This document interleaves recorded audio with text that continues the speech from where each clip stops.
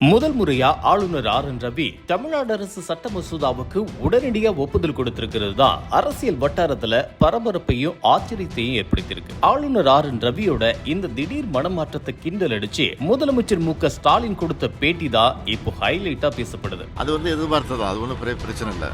அது சட்டமன்ற தீர்மானத்தில் நிறைவேற்றி அதை அனுப்பிச்சிருக்கிறோம். அதை அனுப்பிச்சிருக்கிறாரு. ஒருவேளை நீதிமன்றத்துக்கு நாங்கள் போய்டும் பயந்து அவர் அனுப்பிச்சிருக்கலாம். அவ்வளோ வேற ஒன்று.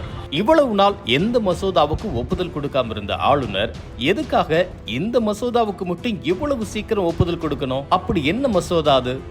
அனைத்து வகை உள்ளாட்சி அமைப்புகள்லையும் மாற்றுத்திறனாளிகளுக்கு நியமன முறையில பிரதிநிதித்துவம் வழங்கக்கூடிய 2 சட்ட திருத்த மசோதாக்களை கடந்த பட்ஜெட் கூட்டத்தொடர்ல முதலமைச்சர் மு.க.ஸ்டாலின் தாக்கல் செஞ்சிருந்தார். அதன்படி நகர்ப்புற உள்ளாட்சி அமைப்புகள் சட்ட திருத்த மசோதா மற்றும் ஊராட்சிகள் சட்ட திருத்த மசோதான்னு 2 மசோதாக்களை குரல் வாக்கெடுப்பு மூலமா நிறைவேற்றப்பட்டு ஆளுநருக்கு அனுப்பி வைக்கப்பட்டுச்சு. இதனால நகர்ப்புற மற்றும் உள்ளாட்சி அமைப்புகள்ல மாற்றுத்திறனாளிகள் தேர்தலில் போட்டியிடாம நியமன உறுப்பினர்களா நேரடியா நியமனம் செய்யறது வழிவகை செய்யற மசோதா தான் இது. இனிமே மாற்றுத்திறனாளிகளுக்கான பிரதிநிதித்துவம் உறுதி செய்யப்பட்டு அவங்களுக்கான வாய்ப்புகளையும் சிறப்புரிமைகளையும் சமமா பெறதுக்காக இந்த சட்ட முன்வடிவுகள் வழிவகுக்கும்னு தமிழ்நாடு அரசு தரப்புல தெரிவிச்சிருக்காங்க. இதனால நகர்ப்புற உள்ளாட்சிகள்ல 650 பேரும், கிராம பஞ்சாயத்துகள்ல 12,913 பேரும், ஊராட்சி ஒன்றியங்கள்ல 338 பேரும், மாவட்ட ஊராட்சிகள்ல 37 பேரும் உறுப்பினர்களா நியமிக்க போறாங்க. தமிழ்நாடு அரசோட